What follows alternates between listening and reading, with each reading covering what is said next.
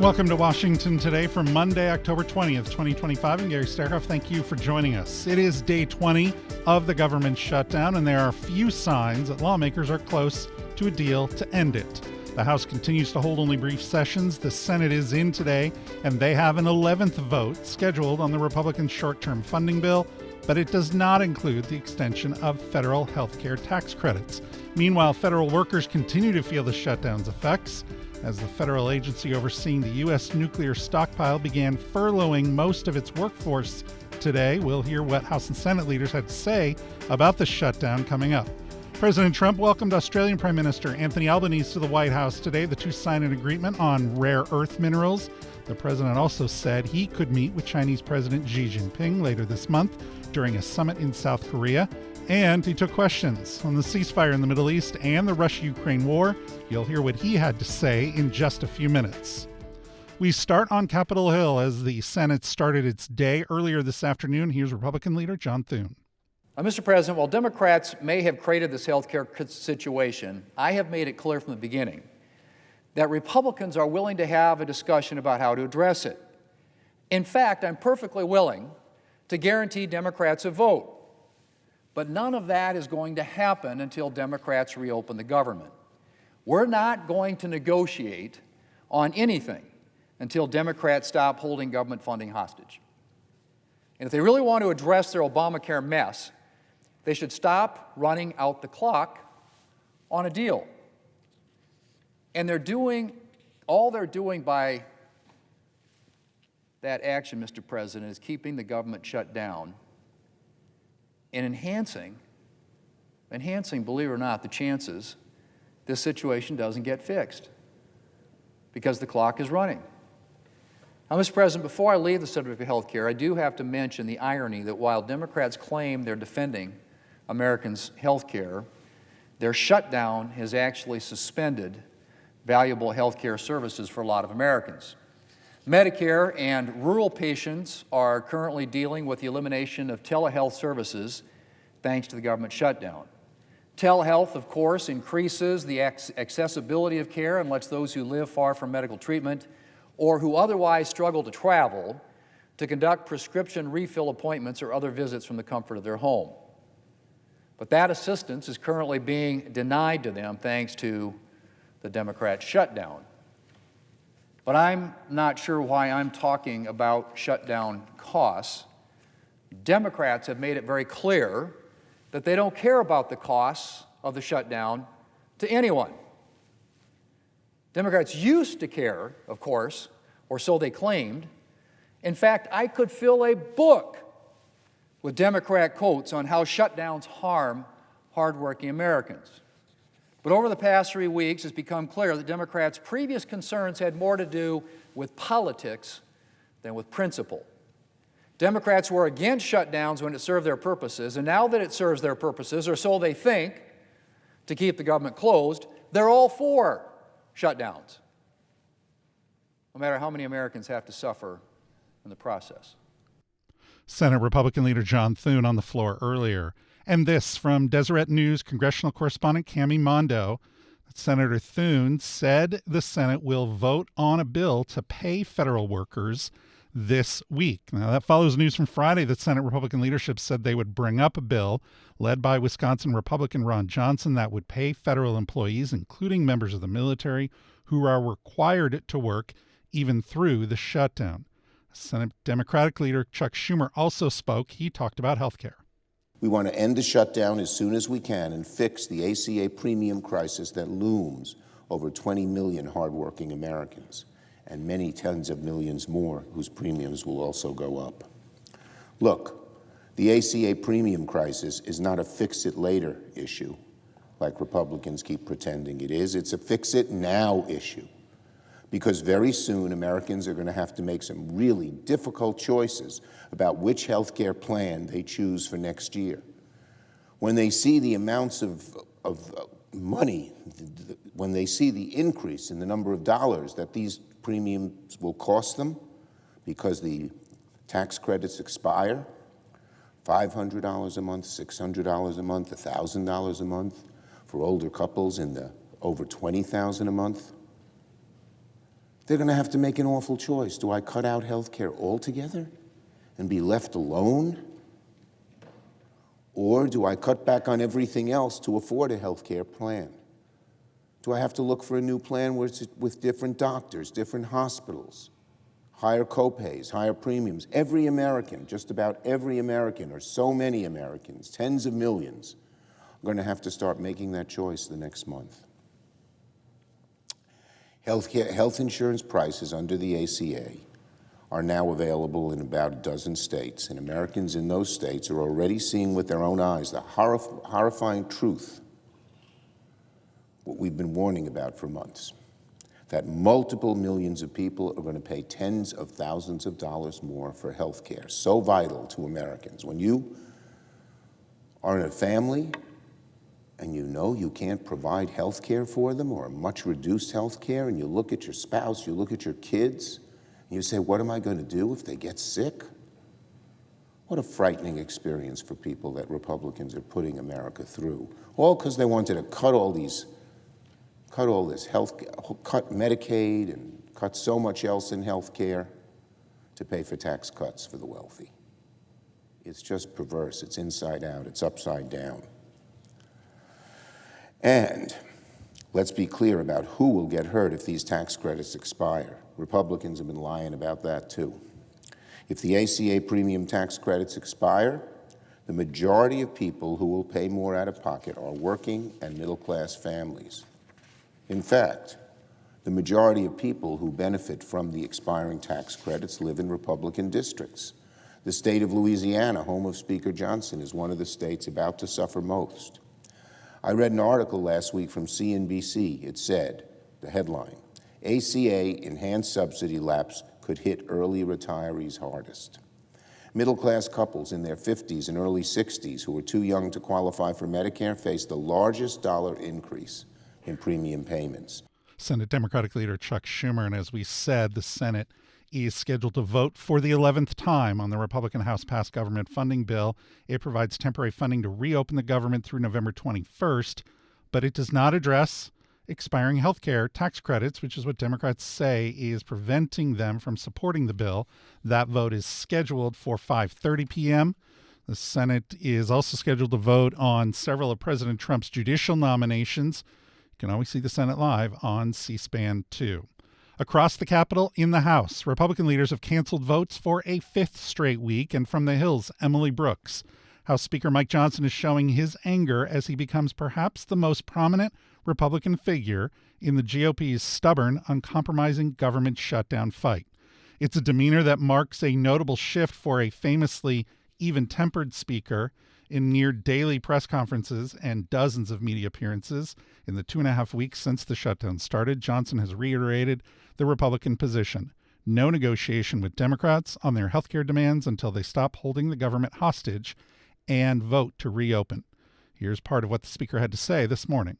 Over the weekend, we saw what it was all about. The Democrats made crystal clear that this is about politics. The politics were on full display. The spectacle is what the mobs, the crowds, the rallies this week were all about. It was quite ironic, though. The irony was very glaring. They called it the No Kings Rally. But the great irony, of course, that we pointed out over and over was if President Trump was a king, the government would be open. If President Trump was a king, he would have closed the national parks and the National Mall, so they couldn't have had the rally out here. By the way, that's what President Obama did during the shutdown in 2013, closed all the parks and the National Mall. Here in Washington, you had Senators Bernie Sanders and Chris Murphy and Cory Booker and others marching in the streets. Now, these are the same senators who voted over and over to shut down the legislative branch and hand the reins to President Trump. They're decrying the situation that they themselves created. This has always been about the spectacle. Chuck Schumer himself joined the spectacle in New York City. And it's interesting to note his activities there. He was standing side by side some of the most radical groups that maybe ever assembled on U.S. soil. They openly advertised as co-sponsors of the event in New York City the Communist Party USA, the Democrat Socialist of America, the Freedom Socialist Party, the Young Communist League of New York, many others. Do we need any further evidence? They're not hiding this. They're out in the open. They're not shy about it, because this is the core constituency of the modern Democratic Party. These are objective facts. Look at what's happening. Open your eyes. It is exactly why Chuck Schumer is pandering in this whole charade. And from the New York Times, the National Nuclear Security Administration, that's the federal agency responsible for managing the country's stockpile of nuclear weapons, said it plans to furlough 1,400 workers today. They said about 400 workers would remain, quote, to protect property and the safety of human life. The Energy Department oversees the agency, and department spokesperson Ben Dietrich told the New York Times that, quote, we are left with no choice this time. We've extended funding as long as we could. Here's more from Speaker Johnson. Our former colleague Brandon Williams was a congressman from New York, and now he's now been confirmed, and he's one of the people in charge of nuclear deterrence for the United States. He's a former officer on a nuclear submarine. He brings a lot of experience to that job, and he came to sit down with me a few days ago, end of last week, and he said, I just want to articulate for you how serious this is in terms of national defense. And we didn't get into the classified parts there. We weren't in the skiff, but suffice it to say that every day that the government is shut down, it is a danger to the American people. We're in a nuclear arms race with adversaries right now. It can't be any more serious than this. China, Russia, Iran, North Korea, you've seen what they're up to. America is the last great superpower on the planet, but we have to maintain that status. And if we get behind on funding or personnel or any of these projects that we're involved in that are at a level that we can't talk about in here, it's very serious. So you have every function of the federal government that is being adversely affected. Of course, it's troops. We got the troops paid, thankfully, the middle of this month, because the president did heroic work. They found money within DOD that they could use on a temporary basis. But that money is going to be exhausted. You can't have the troops unpaid. You can't have Border Patrol agents unpaid. They've got to defend the country. And this is not a game. And that's why you see us so frustrated up here every day. Now, on U.S. nuclear weapons security, Energy Secretary Chris Wright was scheduled to visit a nuclear security station today. In an interview with Bloomberg News, he said that the U.S. nuclear stockpile would remain secure, but that the government shutdown could compromise a program to replace aging nuclear weaponry. House Democratic leader Hakeem Jeffries also spoke to reporters today. We need to find a bipartisan path toward enacting a spending agreement that actually is designed to make life better for the American people, as opposed to hurting everyday Americans. And we need to decisively address the Republican health care crisis that is crushing people all across the country. Working class America, rural America, urban America, the heartland of America, small town America, and black and brown communities all across America. The Republican health care crisis, as Marjorie Taylor Greene has repeatedly indicated, is real. And it's having devastating impacts that are becoming increasingly apparent to the American people. In Idaho, 100,000 Americans are at risk of losing their health care if the Affordable Care Act tax credits expire, because it will become unaffordable for them.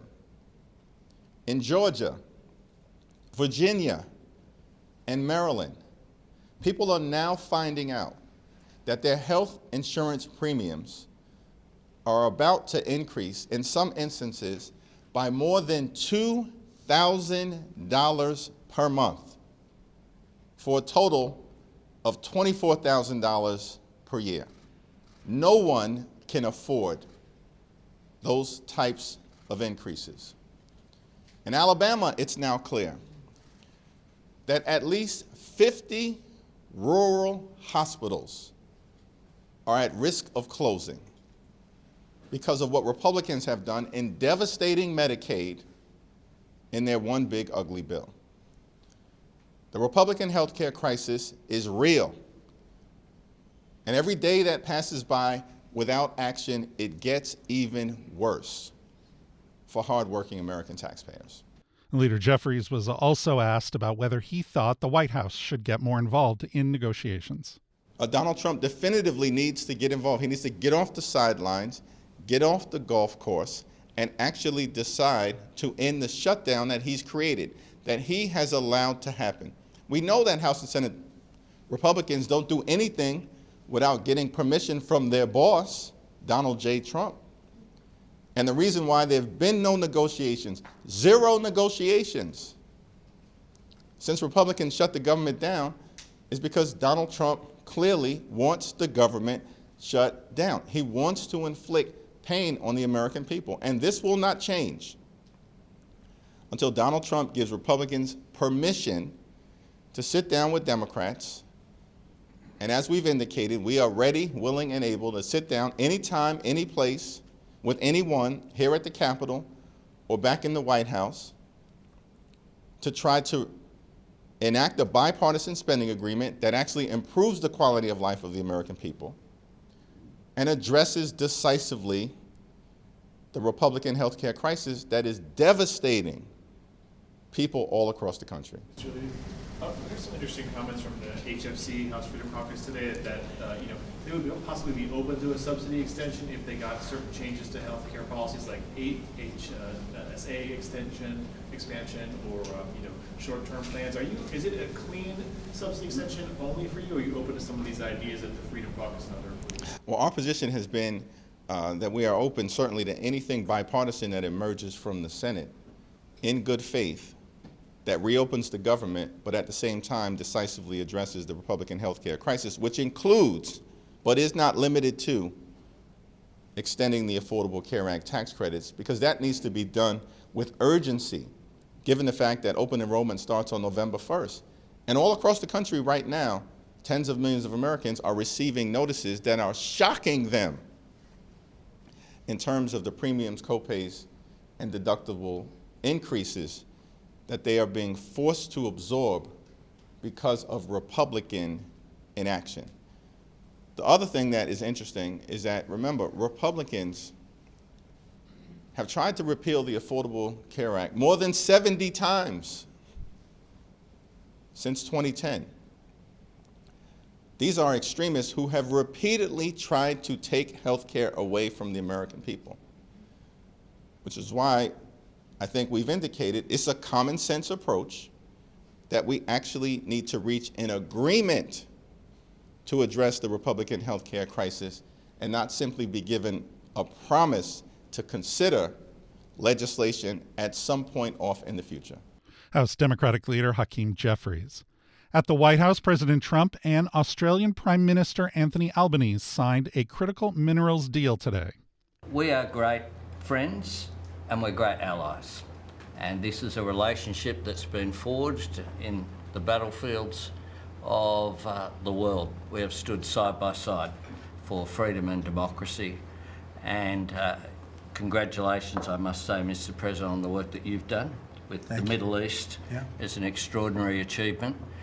And on defence, we've already had a discussion about taking it to the next level. Our defence and security partnership with AUKUS is so important for us, and I thank you for the support that the administration are giving as well. You've had the Chief of the Navy here as well, which will play obviously a very critical role with the subs and increasing the security for the region and the world. And our economic relationship is so important. The US has a trade surplus with Australia, as you know, and we can continue to take what is every opportunity to improve the relationship even further and make it even stronger. And today's agreement on critical minerals and rare earths is just taking it to the next level, seizing those opportunities which are before us to take our relationship to that next level. And it's been fantastic, the contact that we've had together, the friendship that we've developed. And Australians love America, and I think Americans kind of like Australia too. Sure, we do. And as we go forward, I think that today will be seen as a really significant day in our relationship. So I thank you very much, Mr. President. Well, thank you very much, Anthony. It's an honor to sign this, and we'll do it now. Australian Prime Minister Anthony Albanese at the White House today, and according to White House fact sheet, the two countries intend to invest more than $3 billion in critical mineral projects over the next 6 months. Following the signing, the president took questions. President, you just alluded to the violence in the Middle East. What steps is the administration taking to maintain the ceasefire? Well, a lot of steps, and right now it's in the hands of others. You know, we have 59 countries that agreed to the deal. We have a peace in the Middle East for the first time ever. We made a deal with Hamas that, you know, they're going to be very good, they're going to behave, they're going to be nice, and if they're not, we're going to go and we're going to eradicate them if we have to. They'll be eradicated, and they know that. So they went in, and I don't believe it was the leadership, but they had some rebellion in there among themselves, and they killed some people, you know, a lot of people. But this is a violent group. You know, you probably noticed over the last 100 years, this is a very violent group of people. And they got very rambunctious, and they did things that they shouldn't be doing. And if they keep doing it, then we're going to go in and straighten it out, and it'll happen very quickly and pretty violently, unfortunately. And the president referring to fighting in Gaza over the weekend, the AP reporting, quote, that the fragile ceasefire there faced its first major test on Sunday as Israeli forces launched a wave of deadly strikes, saying Hamas militants had killed 2 soldiers, and an Israeli security official said the transfer of aid in the territory was halted.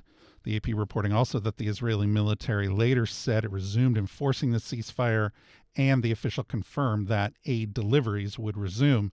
Here's more from the White House. Mr. President, on the war that you haven't solved yet, the Ukraine-Russia situation, have you now locked in a meeting? And can you explain, just a few weeks ago at UNGA, you said that Ukraine could possibly win the war and they could. Territory, but now they could still win it. I don't think they will, but they could still win it.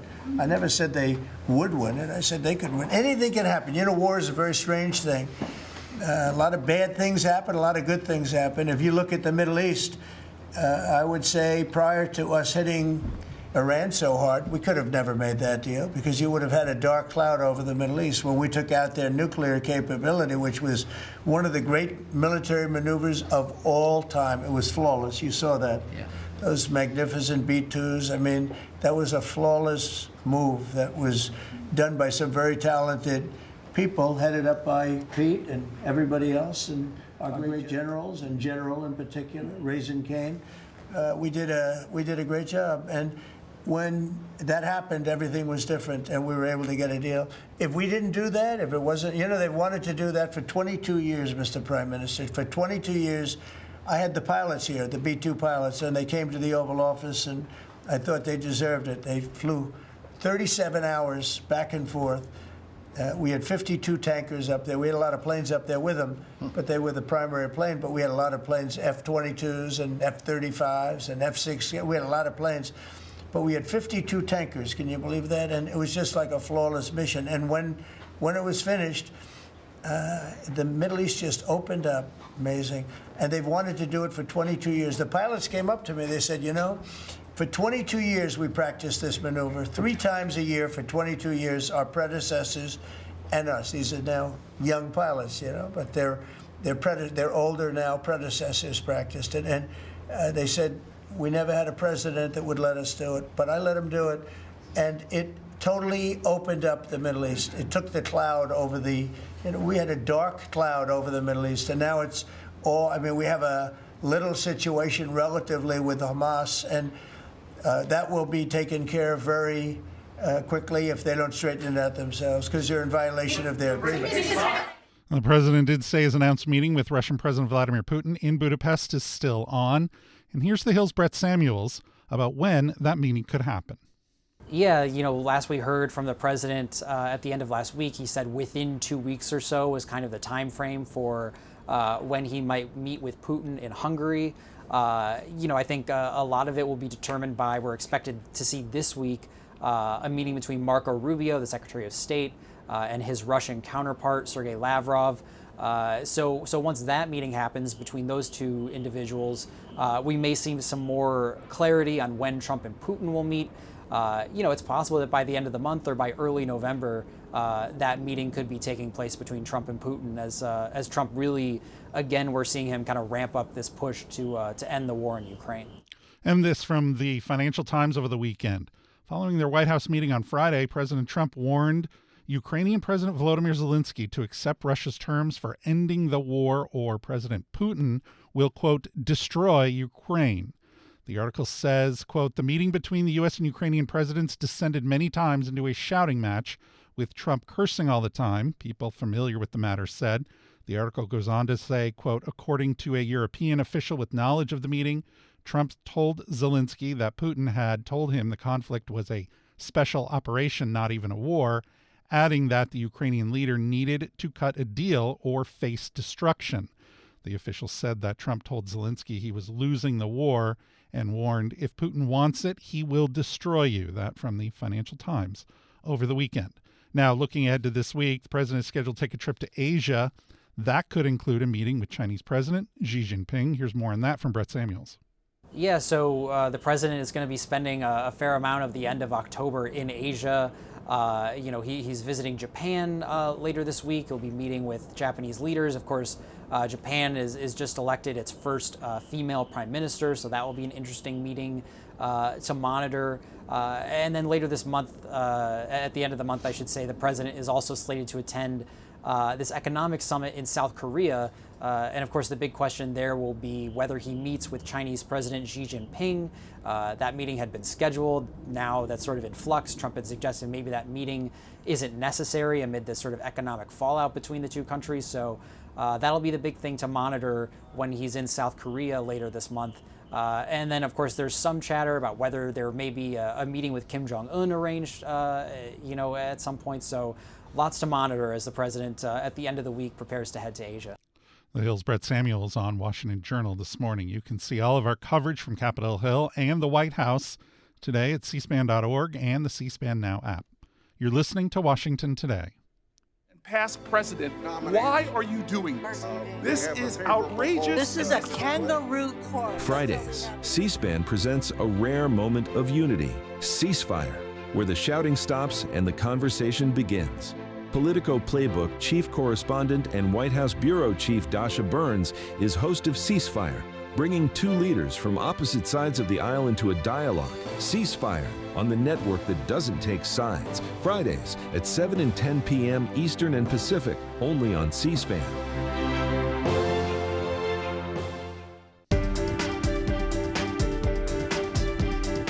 Welcome back to Washington Today from KGW.com. The U.S. Ninth Circuit Court of Appeals has ruled that the Trump administration can deploy Oregon National Guard troops to Portland.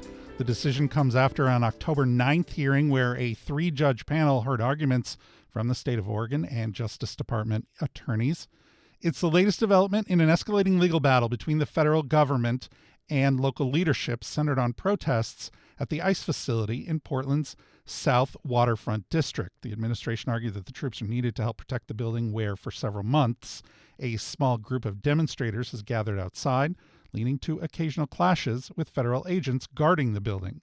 But local and state officials have said the administration is grossly exaggerating the scale of the incidents. That from KGW.com in Portland. You can see that Ninth Circuit hearing on cspan.org and the C-SPAN Now mobile app.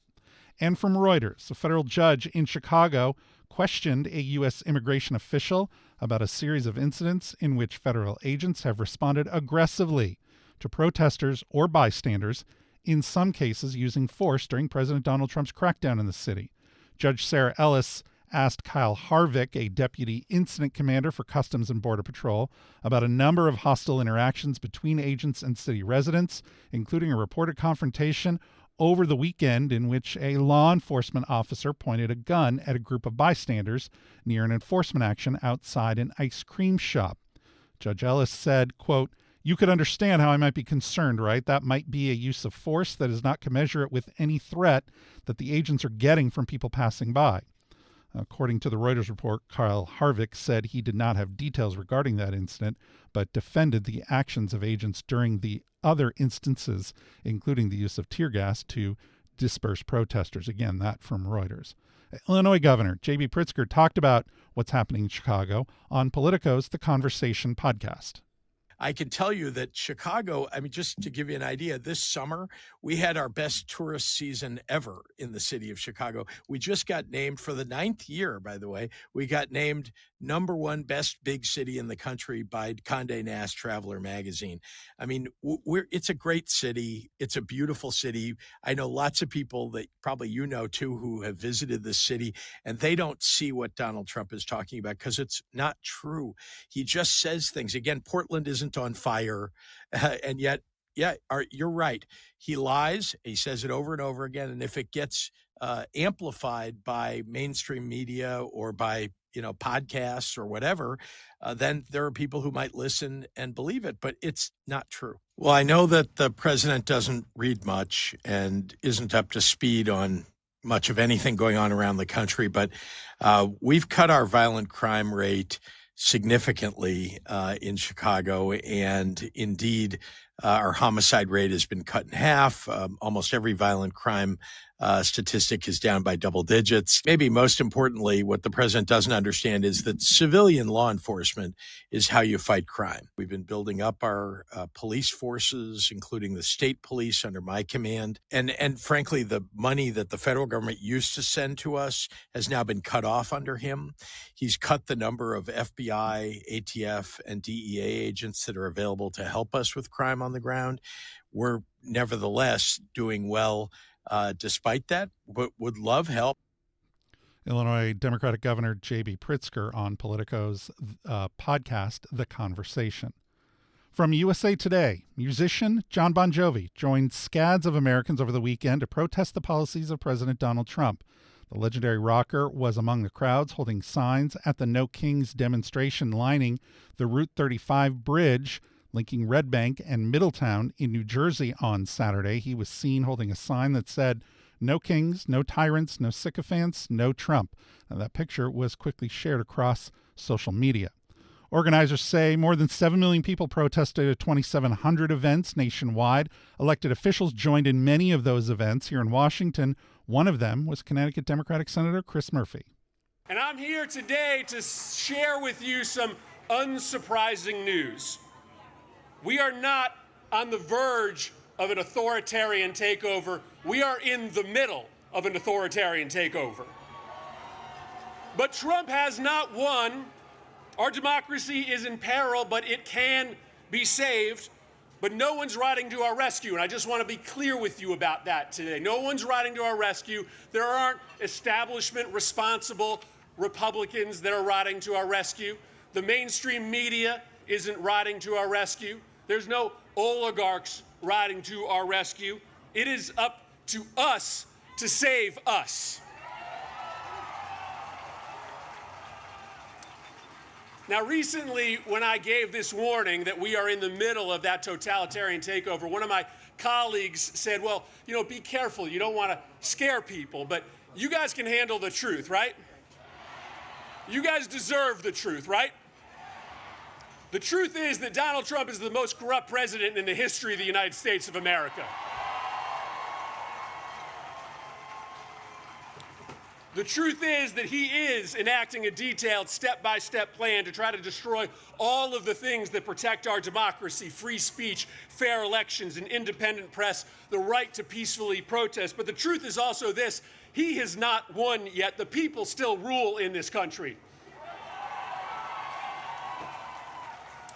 And today, all across America, in numbers that may eclipse any day of protest in our nation's history, Americans are saying loudly and proudly that we are a free people. We are not a people that can be ruled. Our government is not for sale. Connecticut Democratic Senator Chris Murphy on Saturday at the No Kings protest on Pennsylvania Avenue here in D.C.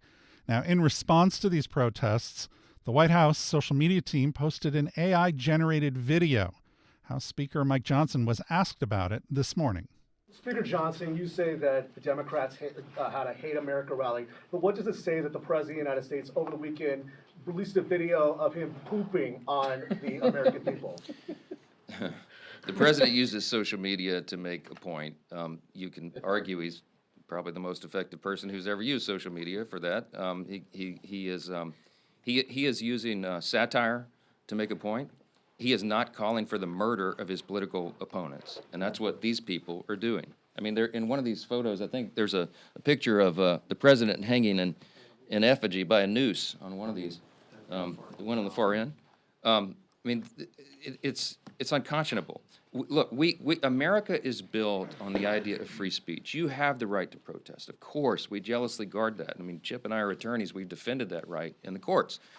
But what they're doing right now is different. They are trying to incite violence. It's not funny. You don't mock a president who has already had 2 failed assassination attempts on his life. This is not a game. And the idea that communists would be supporting this is unconscionable to us. Look, when we give tours of the House chamber and we bring in constituents and we point out all the historical facts and images around the building, I always start with "In God We Trust," which of course is right above the rostrum of the speaker's podium. And if you look in the visitor's guide to the House chamber, it says on page 14, when was that put there? Well, it's put there in the early 60s, 1961, as I recall. And it says in the guide that it was put there, Congress voted to put that there as a rebuke to the Cold War era Soviets. Why? Because their philosophy, that's what it says, a rebuke to their philosophy. Their philosophy was Marxism. Marxism begins with the premise that there is no God. It is antithetical to who we are as Americans. The Declaration of Independence says we're created by God and He's the one that gave us our rights. It is in God whom we trust. That is the national motto. That's what America's built on. What those people are advocating for is at its essence un-American. And when they go the next step and they call for violence on political officials in an environment that is already a heightened threat environment, it's dangerous stuff. They had the right to do it. Congratulations, they didn't burn any buildings down. That's a big achievement for the left, to have some kind of gathering where they don't have a looting and riots and burn a building down. There was, I think, some in Portland, they threw bottles and bricks and stuff at the ICE facility because that's what they do for fun now out there. But they had a free speech event. Congratulations. But you need to look past that and look at what it is they're advocating for openly, and it's really scary stuff. House Speaker Mike Johnson. You can see our coverage of that No Kings rally on Pennsylvania Avenue from the weekend at cspan.org and the C-SPAN Now mobile app. And on this day in history, October 20th, 1947, Congress launched the first in a series of high-profile hearings into alleged communist influence in Hollywood. From History.com, the House Un-American Activities Committee questioned writers, directors, and actors about their political beliefs and associations. The proceedings produced the Hollywood 10 filmmakers who refused to testify and were later blacklisted from the industry. The hearings marked the start of the post-war Red Scare and set the tone for years of Cold War suspicion across government media and American life. Here's more about it from the C-SPAN Video Library.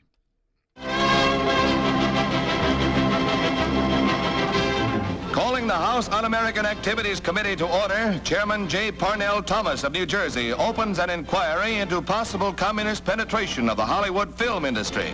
The committee is seeking to determine if Red Party members have reached the screen with subversive propaganda. Mr. Thomas takes an impartial stand in his opening talk. I want to emphasize at the outset of these hearings that the fact that the Committee on Un-American Activities is investigating alleged communist influence and infiltration in the moving picture industry must not be considered or interpreted as an attack on the industry itself, nor should our investigation be interpreted as an attack on the majority of persons associated with this great industry. I have every confidence that the vast majority of movie workers are patriotic and loyal Americans. A long list of prominent motion picture witnesses appear before the committee. Speaking for the films, Eric Johnston, president of the Motion Picture Association, talks frankly concerning the attitude of the producers. We're accused of having communists and communist sympathizers in our employ. Undoubtedly, there are such persons in Hollywood, as you will find elsewhere in America. But we neither shield nor defend them. We want them exposed. We're not responsible for the political or economic ideas of any individual, but we are responsible for what goes on the screen.